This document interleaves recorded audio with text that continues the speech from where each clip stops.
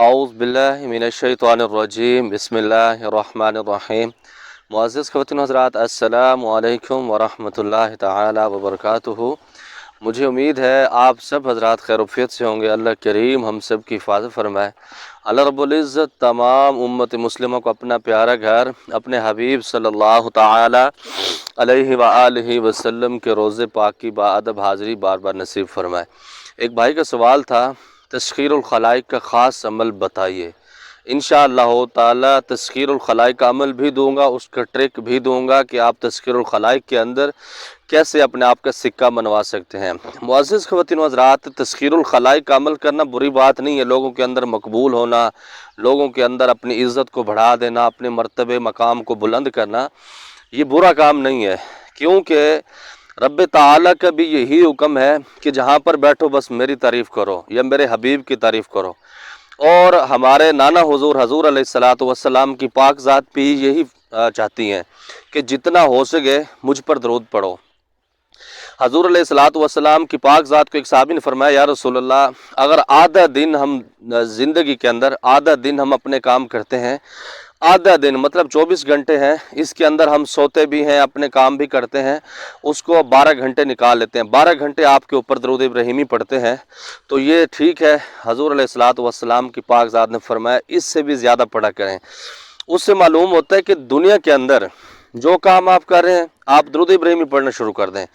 आप उठे हुए हैं, बैठे हुए हैं, लेटे हुए हैं, अच्छा ये अमल ऐसा है, ये बग़ैर वज़ू के भी किया जा सकता है। और ये ख़वातीन के जो मसाइल होते हैं, मेंसेस के अंदर मामलात होते हैं, उस वक़्त ये अमल किया जा सकता है।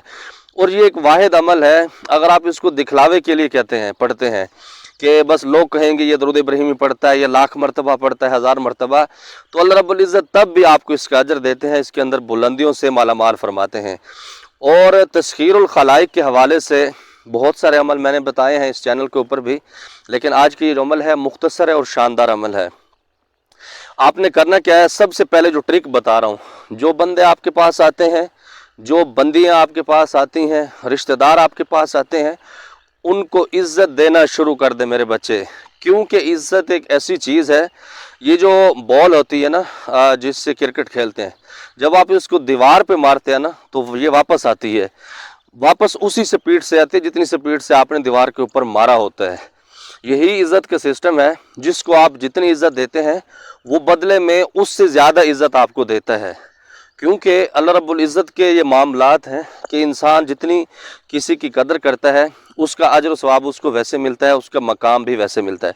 मिसाल के तौर पे आप अगर किसी MNA MPA की खुशामद करते हैं तो वो भी बड़े अदब के साथ बड़ी महफिलों में आपका जिक्र कर रहा होता है। अल्लाह रब्बुल इज़्ज़त के भी यही हुक्म है कि जब आप दुनिया के अंदर बैठ के मेरा जिक्र बुलंद करते हैं ना, तो मैं अर्श के ऊपर आपका जिक्र बुलंद करता हूँ। तो मेरे भाइयों, ये अल्लाह रब्बुल इज़्ज़त के मकाम है। तो हमें क्या मुसीबत हो गई है, हम ये चाहते हैं कि हम किसी को सलाम न करें और लोग हमारे पास चल के आएँ। ऐसा कभी भी नहीं होता मेरे बच्चे, कुछ पाने के लिए कुछ खोना पड़ता है। जब आप किसी को इज़्ज़त देते हो ना, उठ के मिलते हो, आप उसके हाथ चूम लेते हो, इसके अंदर कोई आयब नहीं है, इसके अंदर कोई मुसीबत नहीं आती, इसके अंदर कोई कुफर का फतवा नहीं लगता। क्योंकि हज़ूर अलैहिस्सलातु वस्सलाम की पाक ज़ात फरमाते हैं कि किसी की इज़्ज़त करने से, किसी के सामने झुक जाने से अगर तुम्हारा मर्तबा कम हो जाता है, क़यामत वाले दिन मुझसे ले लेना। तो मेरे भाइयों, जो भी तुम्हारे पास है, साइल आए, बड़ा है, बच्चा है, आप उसको इज़्ज़त से पेश है, टाइम दें।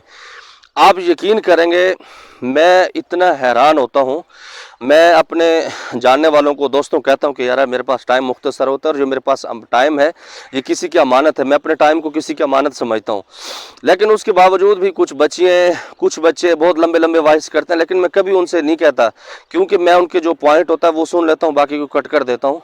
जो बात सुनने वाली होती है वो सुन लेता हूँ, क्योंकि इंसान थक जाता है इसके अंदर। अच्छा ऐसा है कि जब आप किसी की इज़्ज़त कर रहे होते हैं ना, वो बंदा, मिसाल के तौर पर छोटे से बच्चे जब मोहल्ले के अंदर क्रिकेट खेल रहे होते हैं, आप उनके साथ से गुजरे, आप उनको सलाम करना शुरू कर दें, नीचे उतरें, गाड़ी से सलाम करना शुरू करें। आप यकीन करें, आप सिर्फ चंद दिन करके देखें, फिर आप वहीं से गुजरें, आप तब अभी अपनी गाड़ी से नहीं उतरे होंगे, वो बच्चे आपके कदमों में खड़े होंगे, आपको सलाम कर रहे होंगे। इसीलिए मेरा अल्हम्दुलिल्लाह एक मामूल है, میں جس جگہ پر بھی جاتا ہوں مریضوں کو دیکھنے کے لیے، میں اپنے وظائف تقریباً کم کر دیتا ہوں، مریضوں کے ساتھ گپ شپ کرتا ہوں، کیونکہ دادا حضور نے بھی فرمایا تھا کہ جب مریض تمہارے پاس ہے یا مریض کے پاس تم جاؤ، جب آپس سے بچھڑنے لگو وہ مریض 50% ٹھیک ہونا چاہیے۔ میں نے کہا دادا حضور آپ بھی کمال کرتے ہیں، شفا اللہ کے پاس ہے، آپ کہتے ہیں کہ وہ جب آپ سے بچھڑے یا آپ اس سے بچھڑے دور ہوں تو وہ ٹھیک ہونا چاہیے۔ میں نے کہا ایسا تو نہیں ہوتا بابا جان۔ کہتا پتر یہ آپ کے اختیار میں ہے، آپ یہ کر سکتے ہیں۔ میں نے کہا کیسے کر سکتے ہیں؟ اس نے کہا جو مریض تمہارے پاس ہے اس کی تمیز سے بات سننا، اس کو توجہ دینا، اس کو یہ محسوس نہ ہو کہ یار اس پیر کے اندر نخرہ ہے، اس معالج کو تمیز نہیں ہے۔ جب آپ اس کو ٹائم دیتے ہیں، اچھا دنیا کے اندر کچھ لوگ ایسے بھی ہوتے ہیں احساس سے کمتری کی وجہ سے بہت سارے پرابلم اس کے ساتھ ہوتے ہیں، تو اس کی بات سننے والا کوئی نہیں ہوتا یا اس کی بات کو سمجھنے والا کوئی نہیں ہوتا جو وہ بات کرنا چاہ رہا ہوتا ہے۔ اگر آپ اس کو توجہ سے 5-10 منٹ دیتے ہیں، ادب سے آپ اس کے سامنے پیش آتے ہیں، اس سے چائے پانی پوچھتے ہیں، یقین مانیں وہ بندہ پوری زندگی آپ کو دعائیں دیتا ہے۔ تو یہ ایک ٹرک تھا۔ اب آتے ہیں اس کے وظیفے کی طرف۔ آپ نے ایک عطر کی خوشبو لینی ہے، کوئی بھی عطر جو آپ کو پسند ہو، پرفیوم ہو، اس کے اندر جو بھی ہو الغرض، آپ نے اس کو لینا ہے۔ اس کے اوپر آپ نے صرف 100 مرتبہ، یہ حضرت سلطان باؤ رحمۃ اللہ علیہ کا میرے پاس خاص تحفہ ہے اور انہوں نے مجھے الحمدللہ خود بیعت فرمایا ہے۔ تو آپ نے کیا کرنا ہے، 3 دفعہ درود ابراہیمی پڑھنا ہے۔ جب آپ درود ابراہیمی پڑھ لیں تو آپ کی توجہ ساری مدینہ منورہ کی طرف ہونی چاہیے۔ اگر اللہ آپ کو لے گئے تو سب سے بڑی بات ہے، نہیں لے گئے تو انشاءاللہ اسی کی برکت سے اللہ رب العزت آپ کو لے جائیں گے۔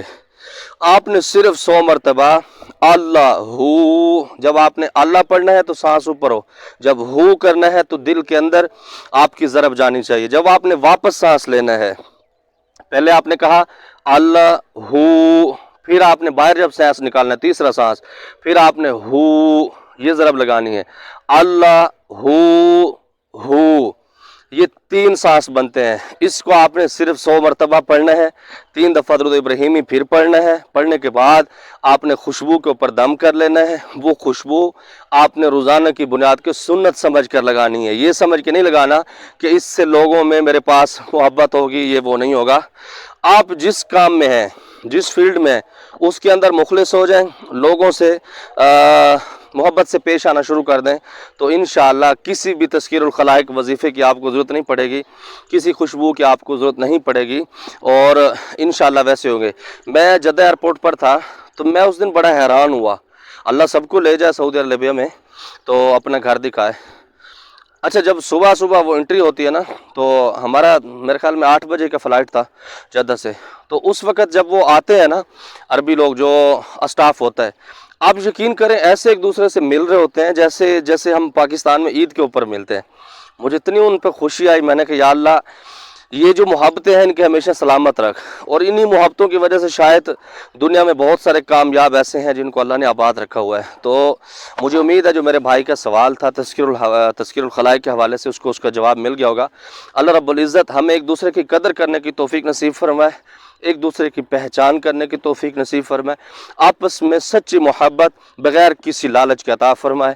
زماد پارا خاص دعاؤں کا دا اللہ پامان۔